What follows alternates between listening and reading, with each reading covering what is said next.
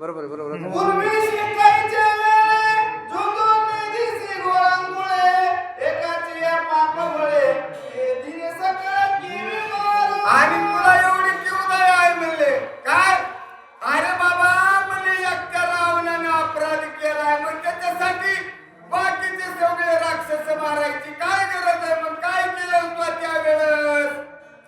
I saw कृपाळू रघुनाथ न विसंगलो वीर भक्त जे सकळरणी सांडित दयाळू काय झाली.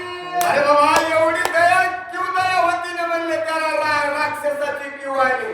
मग तेवढी किव आलेली असताना म्हणले आता तुझे स्वतःचे संगती म्हणले वाढणारे म्हणले अनाथ टाकलेले आहेत म्हणले त्याला न माय न बाप अशी अवस्था तो त्या ठिकाणी केली.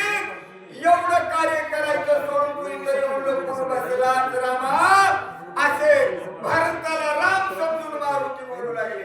स्वर्गी चित्ती सुरवर रावणा मारिता रामचंद्र बंद पूर्णी समग्र निरंतर वाट पाहते.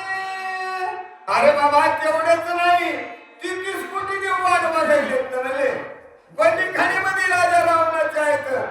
त्यांना माहिती आहे की राम मारील रावणा आणि बंदीखान्यातून आम्हाला मुक्त करील. ते वाट बघायला विचार तू इथं येऊन बसला रामा असे हनुमंतराया बोलू लागले.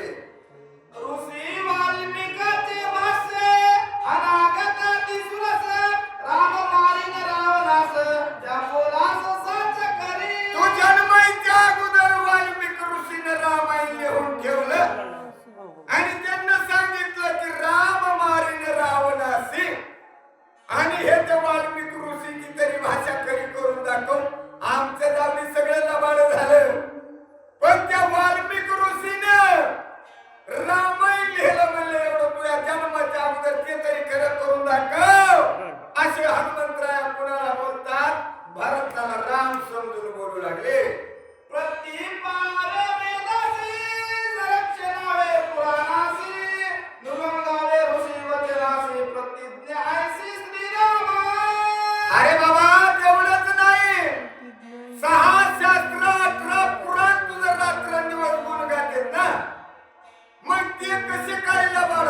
आणि वाल्मिक ऋषीचं भाग्य केलेलं आहे ना ते कसे काय खोटी करून दाखवितो?